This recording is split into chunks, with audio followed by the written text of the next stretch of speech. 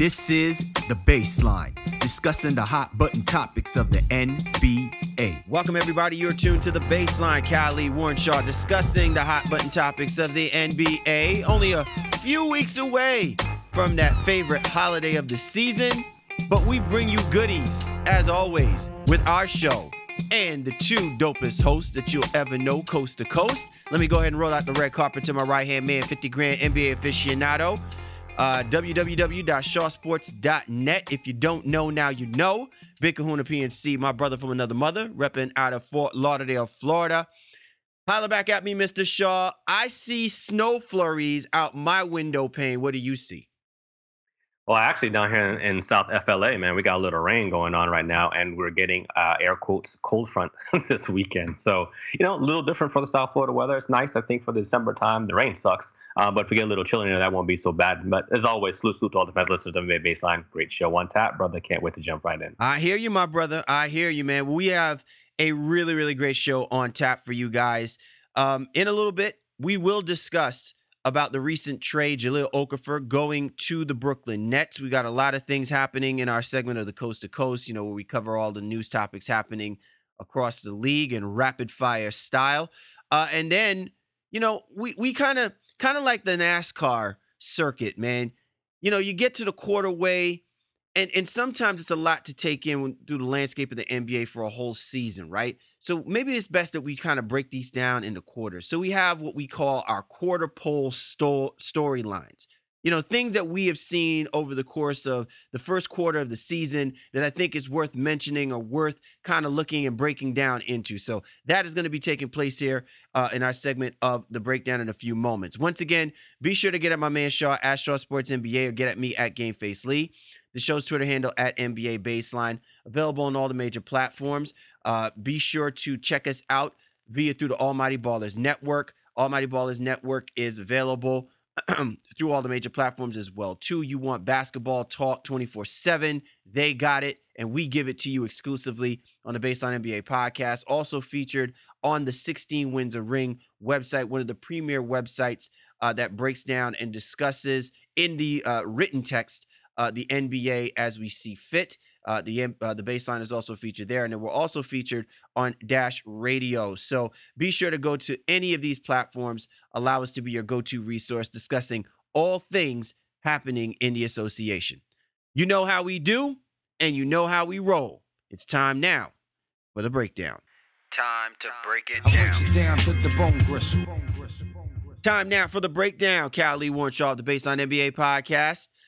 And this week, main topic of conversation are the storylines that have enveloped and developed, as well as we could say, through the course of the first quarter of the season. And, there's definitely some interesting topics that have arisen through the start of this NBA season. I mean, you can go as far back, and I think everybody had a clear sign, given everything that has happened in the offseason. I think the offseason has its own storyline, but even through the beginning of the season with certain NBA firings and teams that are certainly playing above their heads and teams that are clearly disappointing or underachieving. There's so many ways that you can go when you look at almost every single team, but we wanted to kind of specifically look at some storylines that I think have impacted the first quarter of the season. So let me go ahead and start with you, Shaw. What is one of the first storylines that you have seen that has really pointed to why this has surprisingly been a very exciting NBA season for the pure fan? I think it's a great question. I want to start, though, with we'd be remiss if we didn't start, I think, with all the injuries that have happened kind of across the league. So that's rash of injuries, bro. Rash of injuries.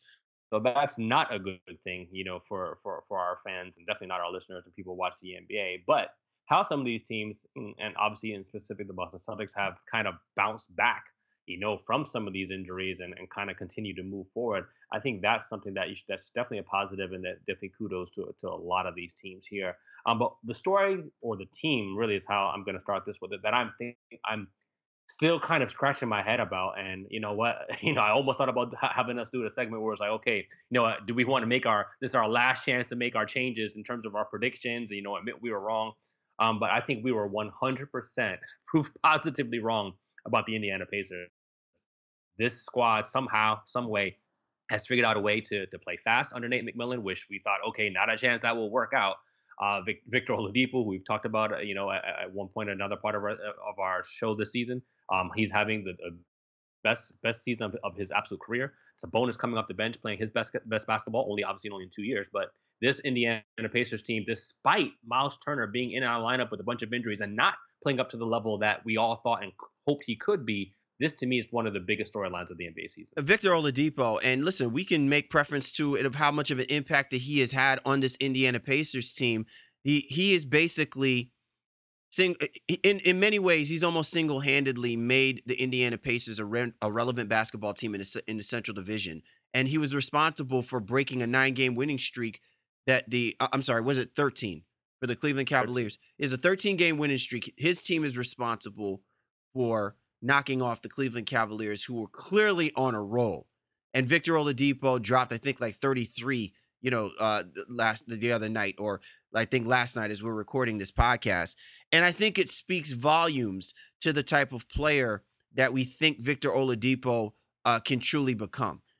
We said when this kid was drafted, this guy was going to be a bulldog on defense. And whether or not his offense can catch up with his defense would then really depict the idea that this guy's a first-round draft pick worthy of those type of conversations. We didn't think that he was a cornerstone type player, but given the circumstance of where the Orlando Magic was at the time where they were making that draft pick, they felt like he was the best available player and he would best represent what I think the Orlando Magic needed, which is certainly an overhaul, somebody that could kind of identify with the community a little bit, knows how to play in the small markets. But I think the best thing that ever happened for the Indiana Pacers is they brought the prodigal son home, and he is repaying them tenfold by giving the Pacers what they've been longing for since past Reggie Miller, which is exciting basketball. They can play ugly, but Nate McMillan, and to our surprise, he's playing faster, like the flash fast, which is crazy for Indiana Pacers fans, but they're loving every single minute of it. And as long as those guys are bringing it each and every single night, it's hard pressed for you out there in Indiana to not kind of be enamored with this basketball team. Yeah, man. 6th in pace, 7th in total points per game, if you will.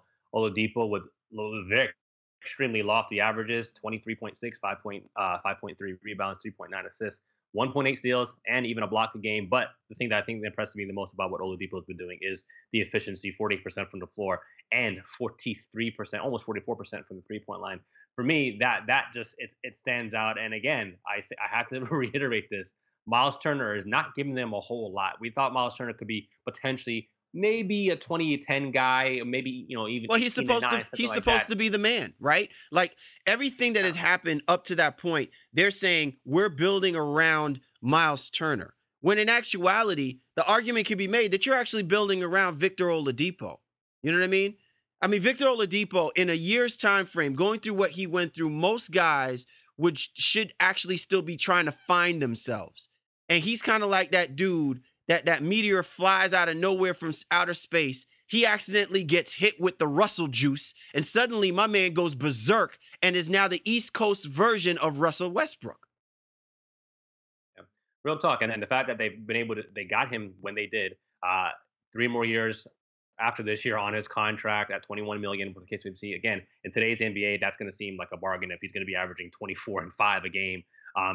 That's just madness. And again, kudos to this team. And we laughed heavily at the Pacers in terms of what they were able to get for Paul George. But seeing how Paul George his team isn't doing all that well, although Paul George is still a phenomenal player, that fit along with Russell Westbrook isn't going as smooth as we would have hoped it to be in this season. I think the Pacers have come out as early winners, if you can imagine that, in the deal for Paul George over the summer.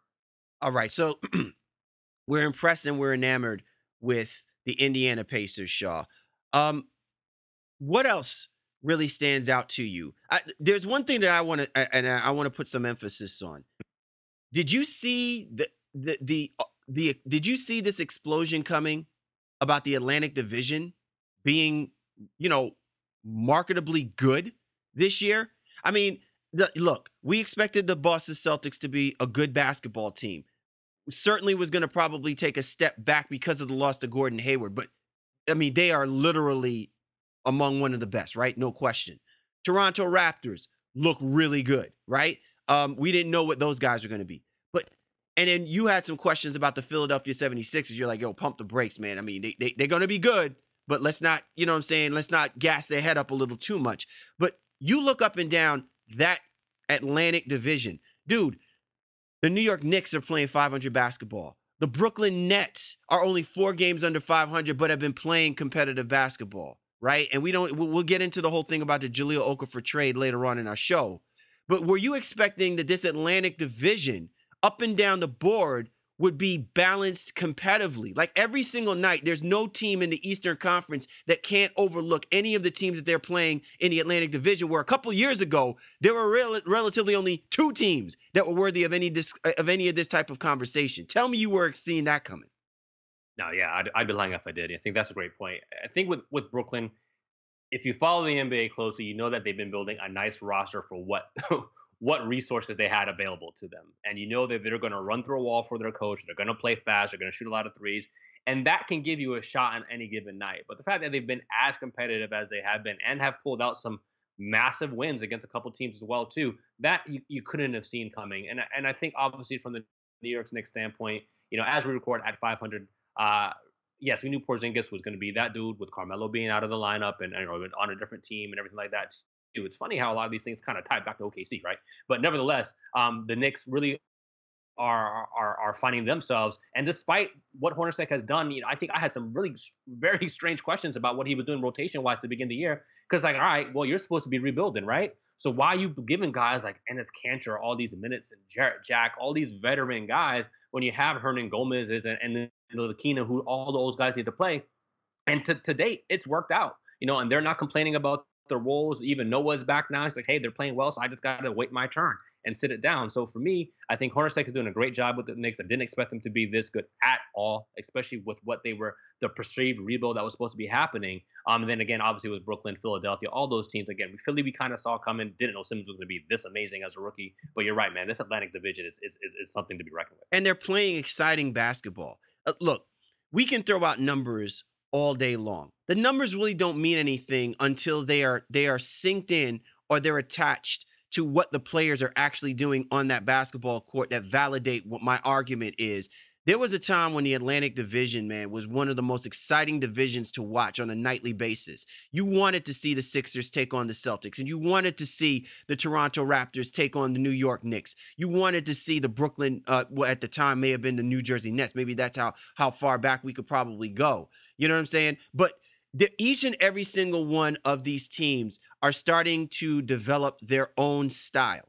And that style still produces exciting basketball when the matchups are in play. And we're waiting to see for the rest of these other divisions that are in the NBA to kind of catch up into doing that. There's some really young, great, talented players that can usher in the dominance of the Atlantic Division once again. And me as a person who's been from both sides of the coast, bro. You know what I'm saying? Like, who understands seeing this from both sides of the angle. I love seeing this because I'm going to always be biased where my teams are at, and that's going to be out of the Atlantic Division. And who knows? There may not be a so-called thing as divisions, in the next 3 to 5 years with the way that we're trending. But these teams that are representing in this division stand out first and foremost. What are the storylines, Shaw, are impacting you so far in the first quarter of the season? All right, well, I got 2, and I'm going to touch on one relatively quickly, and then kind of go into depth and maybe on the second one as we move forward. But I think the play of DeMarcus Cousins, yes, we questioned some questions of whether or not those two bigs, he and Anthony Davis, could get along outside of each other and play well. But we saw a little bit last year, and the fact that those two guys aren't traditional bigs, I think that was always going to help their case, especially in the case of Cousins as a big who can really handle the ball. Davis used to be a point guard, in high school. Both those guys know what they're doing. Cousins really extending his range out to 3, and being a great creator, out of the post and even off the dribble, if you will. And then Davis, with his pick and pop game and obviously his great defense. But Cousins has been just absurdly good. And if it wasn't for the fact that New Orleans is only a 500 basketball team, you'd be hearing Cousins' name a lot more in the conversation for MVP, man. I mean, his efficiency, his usage rate. I'm a boogie apologist. I'm definitely a fan. But I didn't think he'd be able to be this good along somebody as good as Anthony Davis, which is kind of the antithesis of some guys or of the concept that okay, some great players can't play next to each other and put up those types of numbers. But without Boogie, this New Orleans Pelicans team would not be 500. He's been more valuable than Anthony Davis to begin this season. What do you think about that? Well, I agree with you. Is it just me? But is Boogie the Boogie down? Like, in other words, he's not as hot-headed as he tends to come off this season as he's been in previous seasons. Now I don't know if my man is meditating. You know what I'm saying? I have no idea if he is within himself so far this season. Or maybe he is just in what he considers as an ideal situation. Um, that is helping for him to focus his attention on unleashing on the rest of the NBA. But to your point, Shaw, we've been waiting to see this, man. To me, 26 and 12 for Boogie Cousins isn't a thing for this dude. I think that is just that he can do that in his sleep if he really wants to. I think where it impacts my perception about Boogie Cousins is, does that relate to the team being elevated? Because we're in a day and age now, Shaw, where we have to skew the numbers. And while we can praise players in the NBA because, it's an individual market driven type of league, the numbers have to produce something. I think New Orleans is a more palatable market than Sacramento. And the fact that he is now linked up next to an Anthony Davis, we can sit here and have more conversations about, well, who is the better cornerstone player? Like, we could do a who you got right now about DeMarcus Cousins or Anthony Davis. Whereas a few years ago, I don't think we would have been having that kind of conversation. Because Yeah, both. you know what's funny? Yeah. What's funny is like and not interrupt, but is I Oh, no, please, remember by all means. Yeah. a couple years ago, I had written an article on Dime Magazine where that was the exact angle. I was pitted up against another writer, and it was I think I had Anthony Davis and he had Cousins. And I was like, well, again, I love Boogie, maybe, but it was a no-brainer. Anthony Davis, because of his defensive skill set, et cetera, et cetera, et cetera. That's the argument that I made. So I think it's an amazing point now that those two guys are paired up against each other, and I don't know that the argument would still go the same way. Now, I think in most general manager circles, they probably would still take Davis simply because he's still less volatile. But when you take all the injury concerns into it as well too, and not to get into a mini who you got right now, again, I think if you're really paying attention, there's a lot of value in Cousins that you may be missing out when you're comparing him against Anthony Davis. Look, there is no question. Both of these guys make the league exciting and both are very valuable. And I think we were a little scared that when this trade took place, that it would once again kind of really shift the balance of power in the NBA, much like what happened when Kevin Durant signed with the Golden State Warriors, right? But sometimes this is good because this also brought an interesting dynamic about what are actually the chinks in the armor against the best teams in basketball. Can you pair up a guy like DeMarcus Cousins and Anthony Davis and make it work? And you can clearly see that even with the two most dominant big men in the game, that they still have to figure it out. They still needed another piece. They still need something to really help validate the idea that it was worth bringing these two behemoths onto the same team. And DeMarcus Cousins is now at a stage where the numbers don't really match up more so now than us looking at whether or not the talent is going to equate this team winning basketball games. Now, this is an above 500 basketball team right now, but barely. So it's almost to the sense that, are we really seeing what we want to see from the Pelicans? And again, Shaw, it goes back to the personnel and it goes back to the coaching with this basketball team. I think it's a good thing that they got Rondo. Clearly, Rondo is getting, DeMarcus is getting the most out of Rondo being his point guard. And we're still waiting to see when that means him and Anthony Davis and Rondo on the basketball court, and whether Drew Holiday is gonna also, feed off of that. But to your point, it is becoming loud and clear why you can't sleep on Boogie Cousins. But I think he's in a place where his focus and his calmness is helping to allow these numbers mean something for a basketball team that has been so maligned over the last 5 years. So maligned. Even in the season that they went to the playoffs, they need this kind of Boogie Cousins on a nightly basis because that's the only way that they can actually match up against the better teams in the Western Conference. Yeah, and you do have to wonder what's going to happen, after this season.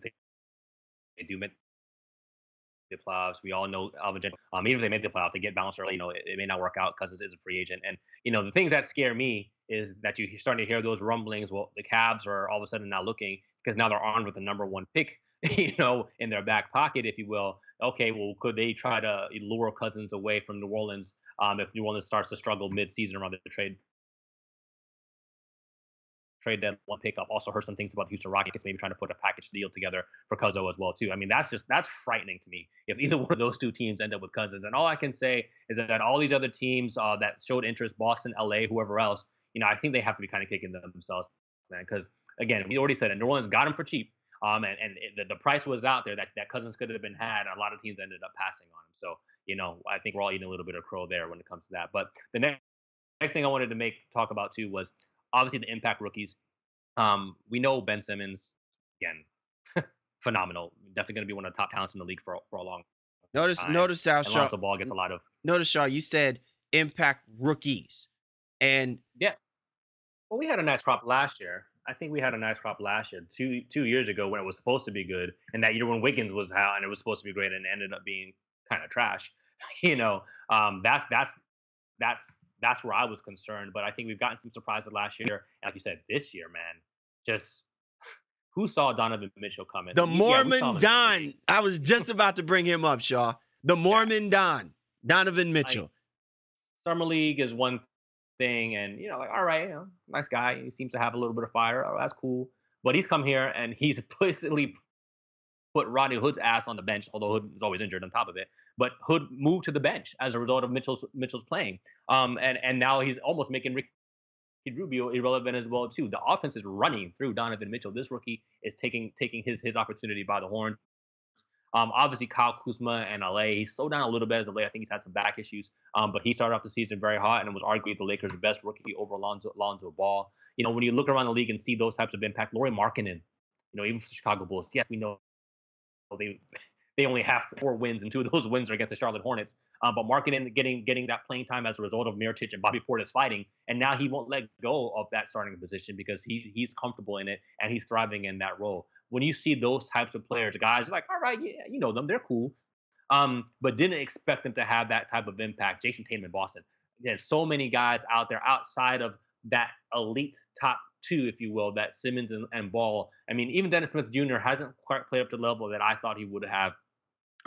But again, I think he's been banged up as well too. But this is a very, very interesting and very good rookie class, and I think general managers got to be happy with some of their selections. Shaw, look, there is nothing that warms the heart more than when we have a crop of young, talented players who can literally shift the landscape and kind of create this Rubicon of how we should be looking at the NBA. Like we're going to still be stuck on the Russell Westbrooks, the James Hardens, the Steph Currys. We're going to be stuck on those group of guys, right? And we're going to be thinking about them for the next 5 or 6 years. But it sucks sometimes because then we have this jagged generation where there's a few players, you know what I'm saying, that we expect to kind of be ready to take the reins, and they're not ready. And then we're still stuck with our guys trying to, take it all the way to when they're 38, 39, and there's no sense of relevancy from the young guns.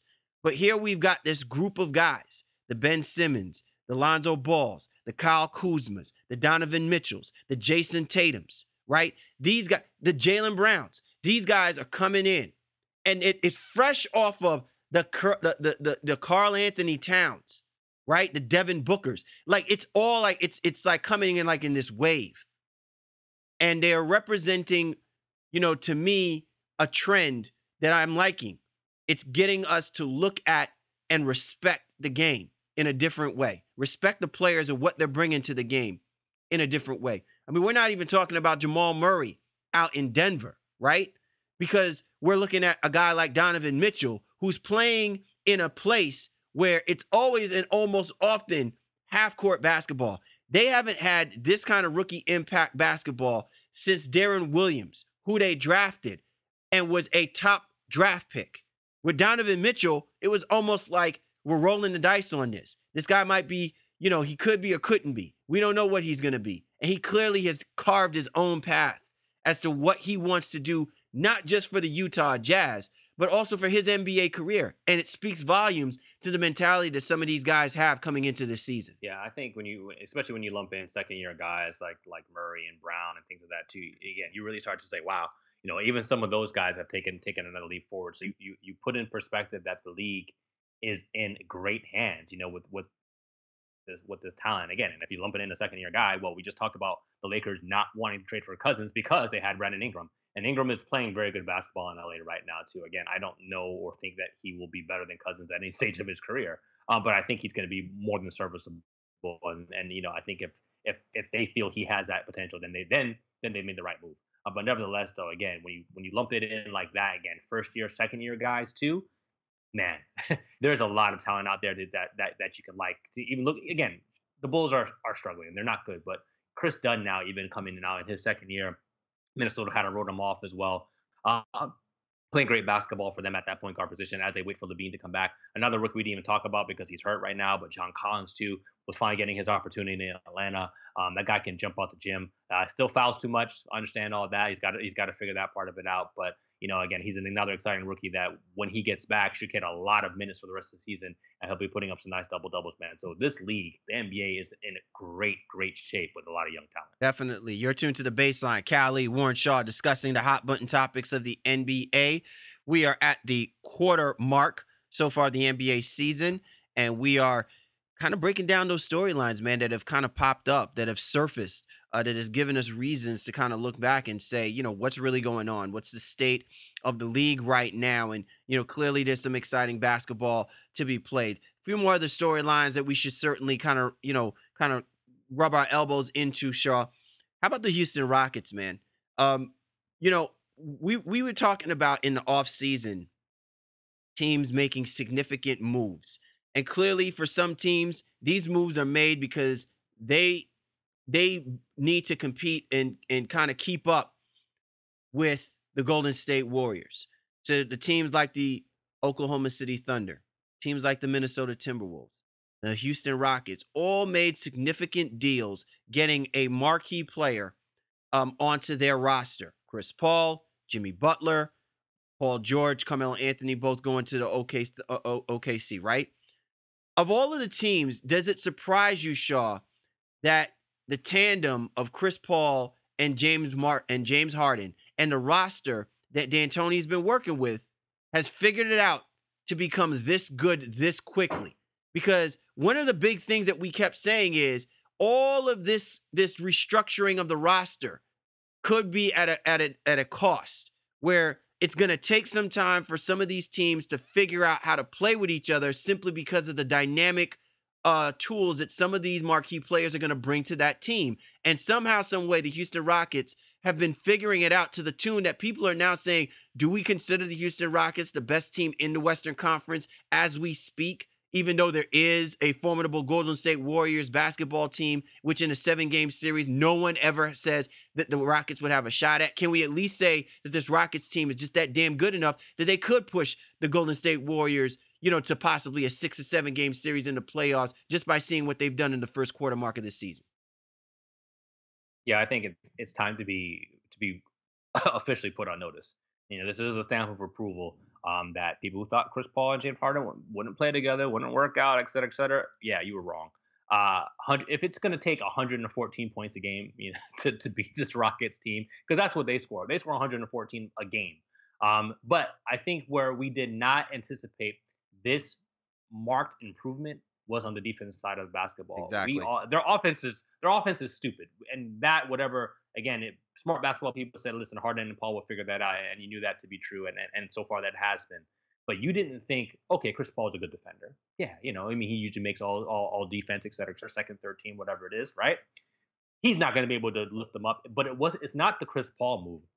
It's the fact that D'Antoni is actually preaching defense. They have a defensive specialist on their sideline as well too, and an assistant coach, and the fact that they have guys like Tucker and Mamute now coming in and playing those kind of crunch time minutes, and the fact that Tucker and Mamute aren't liabilities. They're out there. They're because of Harden and Paul. They're getting open looks that they can knock down. Now, and even a guy like Trevor Ariza is like, all right, well, cool. Now I really can lock back in on the defensive side of things too, because he was asked to maybe pick up a little bit more offense in recent years too, and trying to be the defensive specialist. Now he can completely focus on that, just shoot an open three when it's there. And defensively, they're fourth in defensive rating this year, man. Again, I know we're only, 26 games in, whatever it is, but fourth from 18th a season ago. That to me is where they're scary. The fact that they're playing that level of defense this early on shows that D'Antoni has them buying in, Chris Paul as a leader has them buying in, James Harden as a leader has them buying in. And this roster is very, very formidable and something to be reckoned with. Yeah, there's no question. I mean, this is a basketball team, Shaw, that they are balanced on both sides of the basketball. And we've said this, that I said this last year, because everyone thought that I was crazy when I said, look, man, this Houston Rockets basketball team, they're going to be dangerous. They're going to be dangerous. If nothing else, if they can learn to stop the Golden State Warriors from time to time, they will always give themselves an opportunity to win basketball games. And they proved that at the beginning of the season. This wasn't a fluke about how this basketball team can offensively put up the basketball. I think the question comes when James Harden shows up at crunch time, and you've got a guy like Chris Paul now who I think is going to help that. Can the Rockets defensively get stops? No one's going to question the Warriors' ability to get stops. They also know, too, that if a team is going to score 114 points per game, that they're capable of scoring 116 points per game. But at some point, it's going to come down to the X's and O's. It's going to come down to the player execution. And it's going to come down to knowing within yourself, can you do the thing that you don't normally rely on doing on a nightly basis? And if the Houston Rockets cannot rely on the fact that they can play defense, they're going to always feel like they have to outshoot the other basketball team. And what we're seeing this year is there is a level of balance in how they're perceiving their capabilities of playing this game. If they feel like they got to score 116 against the Warriors, they know they can do that. But if they know that they got to hold them short of 100, they feel like they're capable of doing that. And that's something that I didn't see from this basketball team last season. And it's something that I haven't seen from this basketball team even when they had Dwight Howard. So that to me is what stands out more than anything about this Rockets team is they are actually showing you a commitment that they want to play better defense when it counts the most. Yeah, and I just want to follow up with that in terms of when you mentioned Dwight Howard. I think we would be remiss if we didn't mention the contributions that Clint Capella is giving them in the middle. I think Capella is giving them everything they wanted Dwight Howard to kind of be. In essence, just get the ball when you're open, underneath the rim, clean some things up. We're not going to run anything for you. Just figure it out that way. And, and that's Clint Capella is a humble DeAndre Jordan, bro. He is a humble DeAndre. Because remember, when DeAndre Jordan started getting the recognition for being the defensive player, quote unquote, the unnamed defensive player of the year for the last few seasons, when the Clippers were really, everyone was throwing out desperation teams to play up against the Warriors. DeAndre's like, man, I like to get the ball down low more. I want to be an important offensive cog. And, that's what started that whole fracas about him getting his, contract, the renegotiation of his contract and the kind of money that he was expecting. Clint Capella doesn't do all of that nonsense. And yet Clint Capella from every defensive metric is giving you the same things that DeAndre Jordan has been giving the Los Angeles Clippers. The difference is he knows his role. He knows what he can give this basketball team, and that's all that they're asking for of him, and he's doing that and then some. More so, it's silent rewarding by Chris Paul and James Harden. They recognize what kind of presence this guy gives and the fits that he gives to other teams that have bigs that don't extend defensively out at the top of the key, and they're rewarding him for that, and he doesn't have to say anything. Yeah, I love what they've been able to do as a roster. Daryl Morey, again, doing it again. Roster construction. They've addressed needs defensively in a major way. Got another leader to help them in the playoffs. You alluded to with Chris Paul there too, and this Rockets team is again definitely one of the great storylines I think in this early season. All right, final topic, Shaw, to run at the Boston Celtics. I know we kind of talked about them a little bit in the beginning, and we talked about the emphasis of the Atlantic Division, but were you expecting this basketball team, Shaw, to really come together and to play what I consider as some of the most inspired basketball, losing a premier free agent in Gordon Hayward, the first few minutes of that young NBA ushering in this new look Celtics season, to be a team that has 22 and 5 and the leadership and MVP like type qualities from a Kyrie Irving, the growth and maturity of the combination of Brown and Tatum, Marcus Smart being that dude. Like I just Shaw, I was not seeing this coming. We can all talk about it. Everyone's gonna make it, oh yeah, we said no one saw that this basketball team was gonna be just this dangerously good this quickly after going through what happened after at the first game of the season. Yeah, you know what's funny is, well, obviously we had a breakdown about them when they were in the midst of that 16-game winning streak, and things were just going so right for them. Their offense is actually picked up. So go figure that, because that's the thing that we're like, oh well, that's the thing that should have been easy for them. Then Hayward goes down. You're like, all right, well, now you're starting to see them struggle. Their offense has climbed to ninth in offensive rating, and they're still first in defensive rating. And I think we obviously outlined it in a previous show, but just the contributions they're getting kind of across the board from young guys that you just didn't expect. You already mentioned Tatum, and obviously Smart is not so young anymore, but his plus minus, despite not being a great offensive threat, is one of the best in the league. His net differential, I think, is the best in the NBA. If I remember correctly from the last time I was looking at it. Terry Rozier coming off the bench as well too, kind of coming into zone, and obviously Jaylen Brown, second year guy, who's just, again, when I saw that they were penciling him into starting lineup, I was like, well, that's curious. I understand Avery Bradley's gone, but all right, I guess he's got the length, he got some size, he's got some energy. But he's a bulldog, man. He's trying on every position, offensively and defensively. And to me, it's more than Kyrie Irving and Al Horford.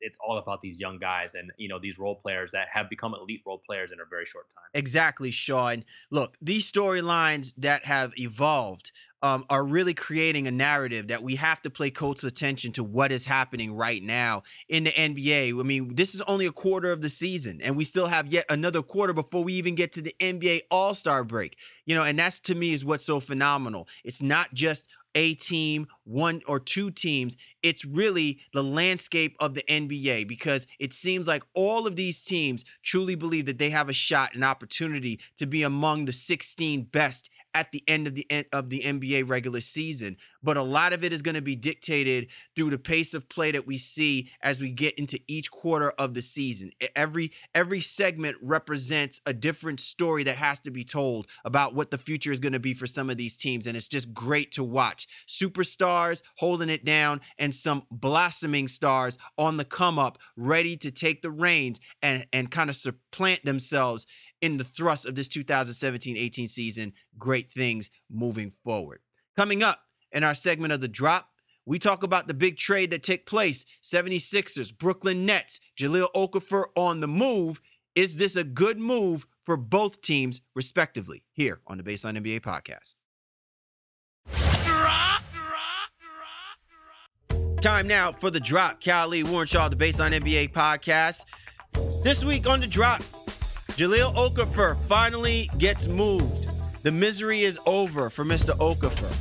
The number 3 overall pick in the 2015 draft has been moved to the Brooklyn Nets. The 76ers get Nick Stauskas and Jahlil Okafor and Nick Stauskas get moved to the Brooklyn Nets, and then Brooklyn and the 76ers get Trevor Booker.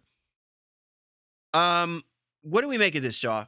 Is this really is this a solid move for the 76ers? I'm not going to sit here and say, well, Jahlil Okafor was a distraction, a cancer to the basketball team. And, I almost forgot that this dude was on this basketball team. So I got to believe that they're doing this because they think that they can get a whole lot more with Trevor Booker than they do with what they were trying to do with Jahlil Okafor. Well, Colangelo came out and said that they realized Okafor's value wasn't what it was. And again, they shot themselves in the foot with that.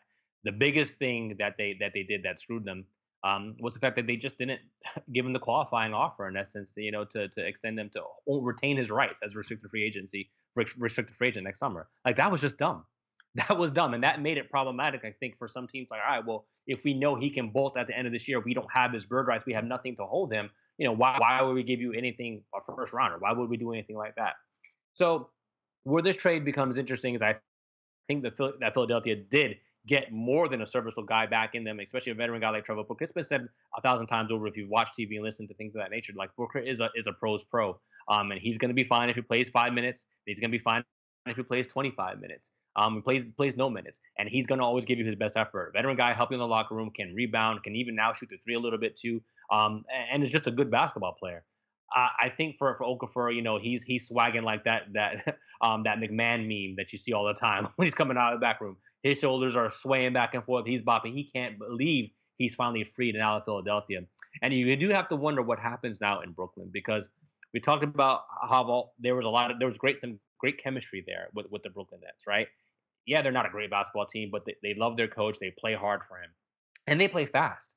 And Okafor's a little bit more traditional. So he's going to slow them down, kind of in the mode that Lopez would have slowed them down. But Lopez, at least last year, became stretchy where he can shoot the three. Okafor is not there yet. So that's the fit that you kind of have to wonder. But I say all of that to tell you this. If you look at it from an acquisition standpoint, look what the Philadelphia 76ers, what the Brooklyn Nets have done. They've acquired two of the top three draft picks, from a couple seasons ago, and D'Angelo Russell and Jahlil Okafor. And basically they've rebuilt. They have young talent that they can now try to develop. Again, they have the number 2 pick and the number 3 pick from 2 seasons ago. That's crazy that they're able to do that in the way that they did. Can we now finally stop with the whole Brooklyn Nets got fleeced?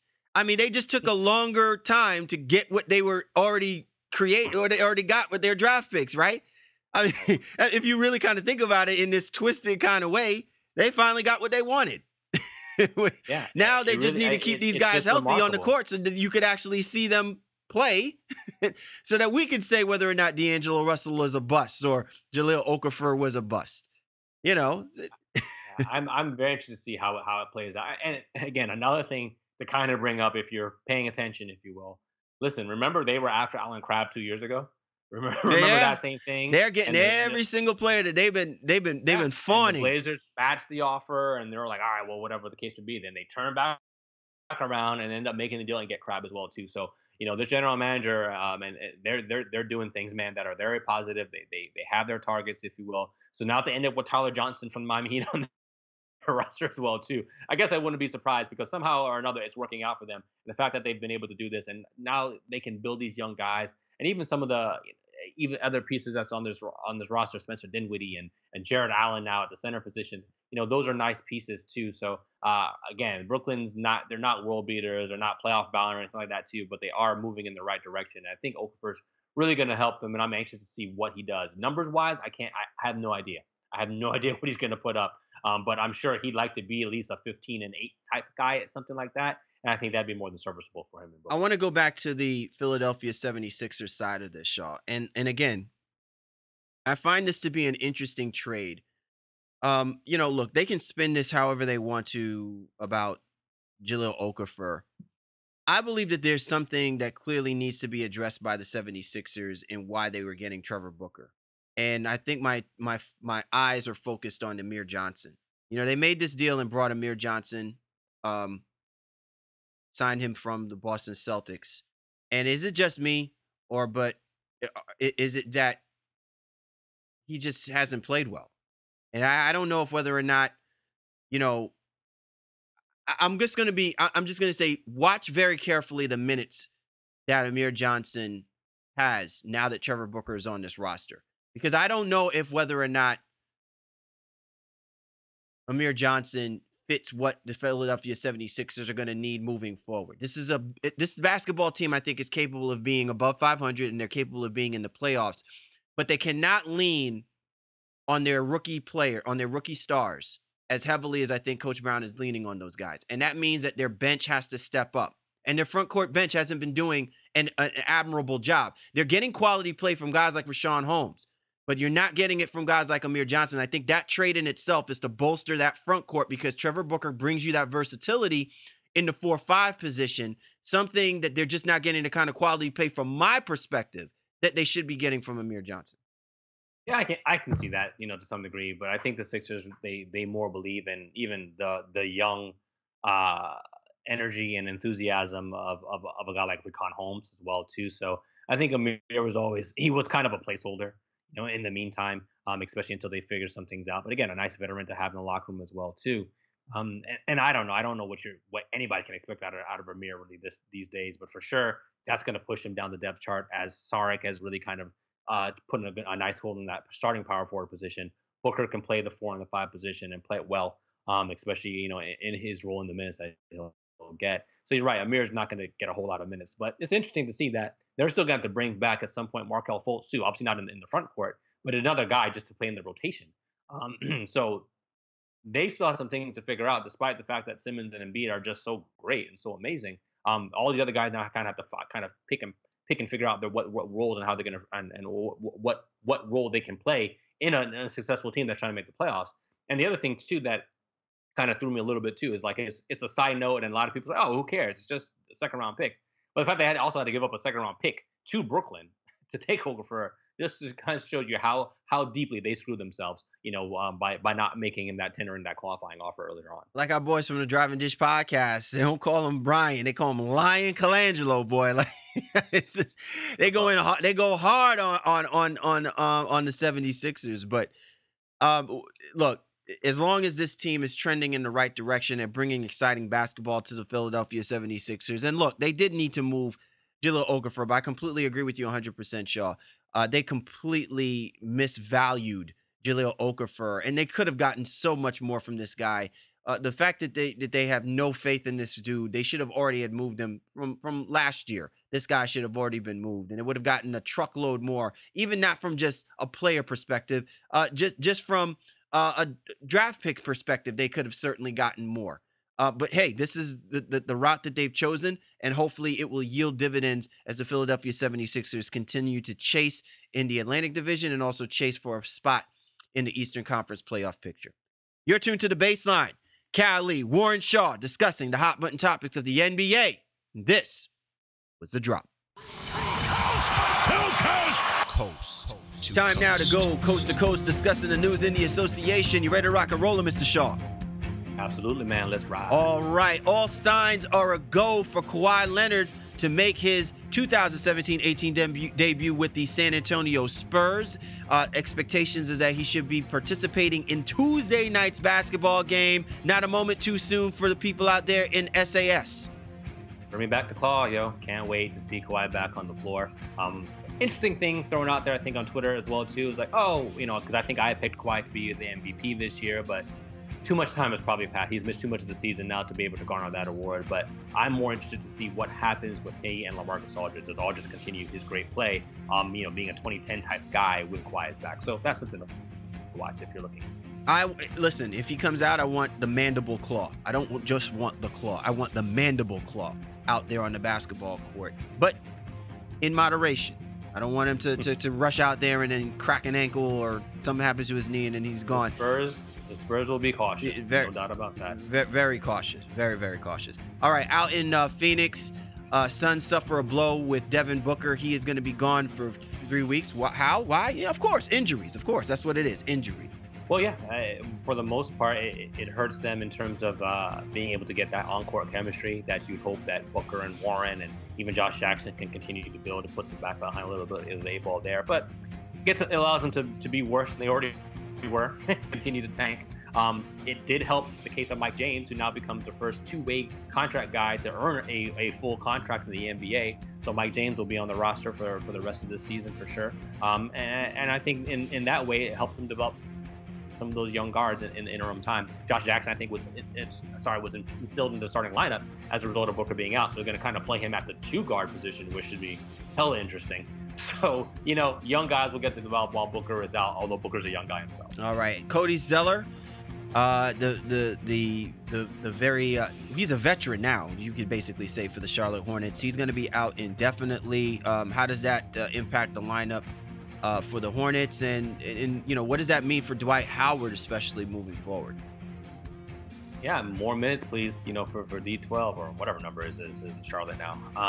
With Zeller, I think he was obviously very serviceable and doing a great job. I think it was a meniscus, so he's going to be out indefinitely with that, with the knee injury. and we're wishing him a speedy recovery. But Dwight will get more touches, more opportunity to be creative. And if you've been watching Dwight Howard this year, I know we talk a little bit about him this season. He's doing some things in a very different way. He's dribbling up the court, he's crossed a couple guys over, made them fall, giving them floor seats. He's shooting jumpers. I saw him hit a couple jumpers the other night as well too, catch and shoot. Like, I don't know what's going on with Dwight Howard, man. I think he's having on the down low conversations with Blake Griffin. He's like, yo, Blake, man. He's like, you can't be shaking brothers like that, man. Let me show you how it's done. It's wild, yo. So I mean, for him, hey, that's good. Charlotte still continues to struggle. They're also, going to be missing their coach Clifford, who's out with a personal illness, I think, right now as well too. So unfortunate news in Charlotte, kind of all around. As we wish that team and that franchise a speedy recovery. Yeah, definitely. Out in Mexico, the NBA is opening a training facility.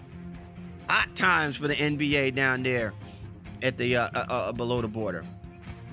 Yeah, I'm interested in this topic simply because I think it's long overdue.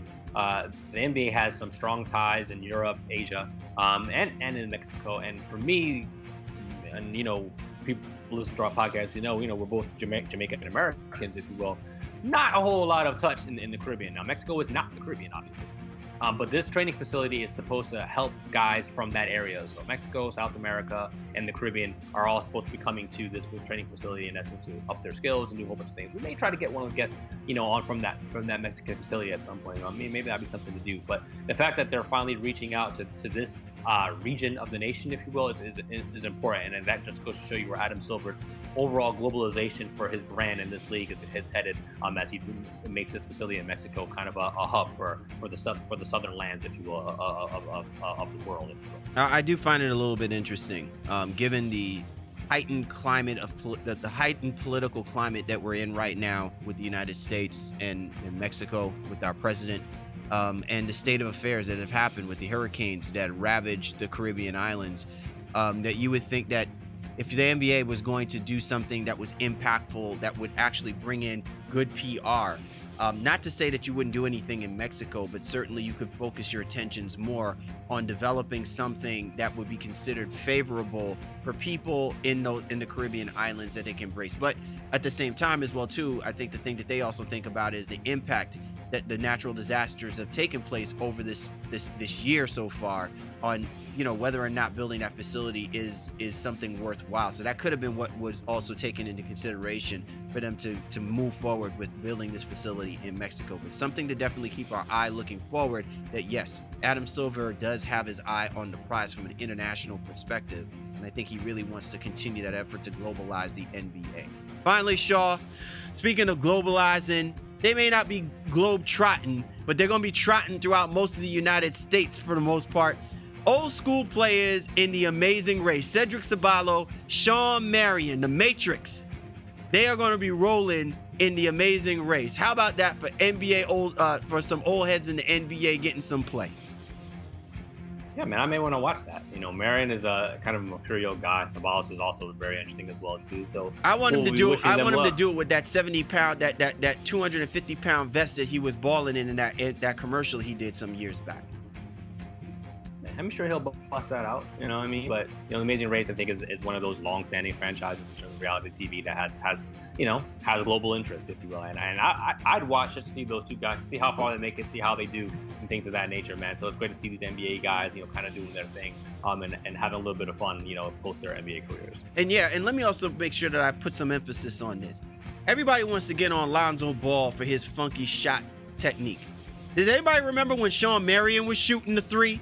Okay, so if Lonzo is doing that and he's hitting 45%, which we know he isn't, but if he starts doing that, I don't want to hear anybody talking about anything regarding Shawn Marion. People are getting on my man Shawn Marion for that crazy shot, but that shot went in. That's why Shawn Marion was one of my favorite basketball players growing up, brother. I hear you, man. Shawn Marion used to help my fantasy teams dramatically. So I didn't care what he shot the ball. Like, just give me those points, man. So definitely the Matrix was that dude, man. And Ceballos too. He was a good basketball player in his time as well too. Blindfold dunks, the whole nine. Again, two great guys who I think they have a nice relationship already together, and it'll be interesting to see them on television. Definitely. Once again, awesome show. A lot of stuff that we went through. It's been a really impressive quarter of the season so far. I can't wait for the next quarter to come around, which would mean that we will be hitting around NBA All-Star break, and there's a trade deadline that's following up. And then we've got that race for the 16. So it's a lot happening right now, man, but it's great to see the rookies stepping up, having an impact on some teams, and it's great to see some of the NBA stars putting up some gaudy, impressive stats to have us lamenting and salivating and just watching the games on a nightly basis, brother. Yeah, man. I can't wait myself, brother. It's the NBA continues to just give and give and give and give. And, it's Christmas time, holiday time. So we'll be interested to see what happens, obviously, during those times as well, too. But the trade deadline being a little bit earlier this year before All-Star, again, this is going to be, I think, a very, very big, very good season to watch. We have that first round of players who can be moved coming up December 15th, the second round January 15th, and then again, obviously, the trade deadline, as I just alluded to, overall. So stay tuned, man, because we're going to have a lot of great information. I think it's going to be a very busy season, no matter what's happening around the league, bro. Most definitely. So for the baseline, Callie, Warren Shaw, we appreciate you guys, each and every single one of you, and we'll catch up with you next time.